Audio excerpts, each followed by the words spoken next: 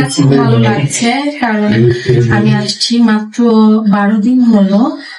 আর এর জন্য অনেক অনেক শুভকামনা। অনেকদিন পরে এতগুলো, আমি তো ফ্রান্সে থাকি, ফ্রান্সে কিন্তু আমাদের অনেক বাংলাদেশের জিনিস যায়, কাপড় যায়, তো ওগুলা আবার মেড ইন বাংলাদেশ থাকে। হ্যাঁ, মেড ইন বাংলাদেশ। এটা দেখে নিজের কাছে অনেক বেশি আনন্দ লাগে যখন আমরা ট্যাগটা দেখি মেড ইন বাংলাদেশ। তো এটার জন্য আমরা চাইবো আমাদের বাংলাদেশের ক্লথ যে জিনিসগুলো আছে এগুলো আরো বেশি যাক, আমাদের আরো বেশি বেশি আমাদের মুখ উজ্জ্বল হোক বাংলাদেশের। এই তো এটার জন্য খুবই ভালো লাগে।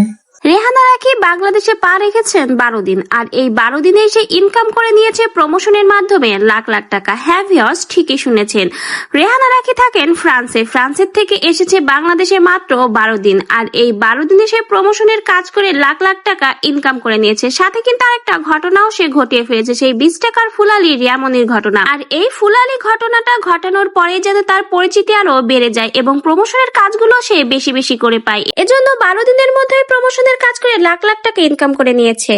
অনেকেই বলেছে ফ্রান্স থেকে আসতে যে খরচ হয়েছে তা নাকি 12 দিনের প্রমোশনের কাজ করে রেহানা রাখি উসুল করে নিয়েছে। রেহানা রাখি চেয়েছিল বাংলাদেশে এসেই যেন সে পরিচিতি পায়, ঠিক তাই হয়েছে। ফুলালি ঘটনার মাধ্যমে সে কিন্তু যেমন পরিচিতি পেয়েছে তেমন কিন্তু প্রমোশনের অনেক কাজও হাতে পেয়েছে। বর্তমানে রিয়ামনির ঘটনার মাধ্যমে কিন্তু সে অনেক অনেক প্রমোশনের কাজ পাচ্ছে এবং সেগুলো করে কিন্তু বেশ ভালো টাকায় সে ইনকাম করে নিচ্ছে। অন্যদিকে কিন্তু চ্যানেলের ফলোয়ার এবং ভিউ যেমন বেড়ে গেছে, সেখান থেকেও কিন্তু তার মোটা অঙ্কের ইনকাম আসতে চলেছে। তা থেকে বোঝা যায় এই 12 দিনের মধ্যেই কিন্তু ফ্রান্স থেকে আসা রেহানা রাখি তার যে খরচ হয়েছিল সকল খরচে কিন্তু তার প্রমোশনের মাধ্যমেই উসুল করে নিয়েছে। কেউ কেউ তো আবার বলছে রেহানা রাখির বাংলাদেশে আসার উদ্দেশ্য ছিল তার পরিচিতি আরো বাড়ানো, আর সেটা সে সাকসেসও হয়েছে।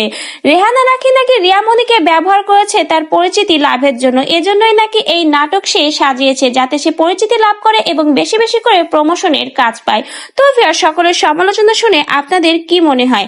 আসলে কি পরিচিতি লাভের জন্য এবং বেশি বেশি প্রমোশনের কাজ পাওয়ার জন্য কি রিয়ামনিকে ব্যবহার করেছে রেহানা রাখি?